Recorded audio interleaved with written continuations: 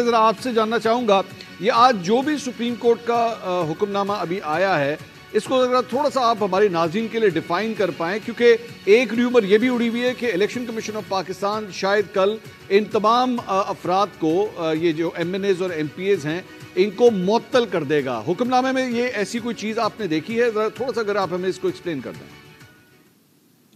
جی شکریہ منصور صاحب، میں نے رپورٹنگ فالو کی ہے، میں نے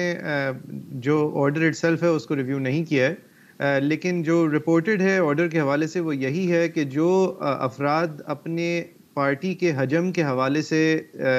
سیٹس کے علاوہ جو سیٹس بانٹی گئی تھیں، یعنی جو پی ٹی آئی کو جانی چاہیے تھی سیٹیں یا سنی اتحاد کونسل کو جانی چاہیے تھی سیٹیں، ان کو بجائے اس پارٹی کو دیے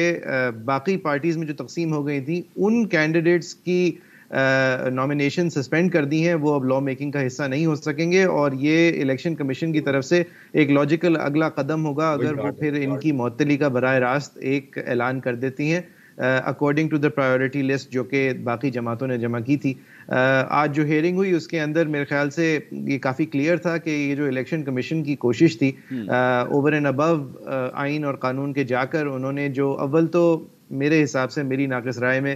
یہ ڈینائی نہیں کی جا سکتی سیٹس اس پارٹی کو جس بھی پارٹی نے اسے کلیم کیا ہے، لیکن اس سے آگے جا کر انہوں نے نہ صرف ڈینائی کیا بلکہ انہی کی سیٹس جو ہیں وہ باقی پارٹیز کے اندر تقسیم کر دی، اور یہ میری نظر میں جمہوریت کے عین خلاف ہے،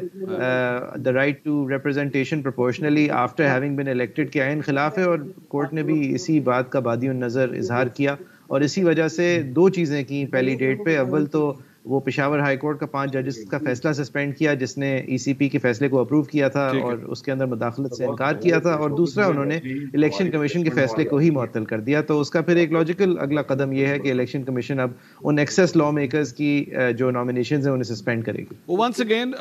آپ یہ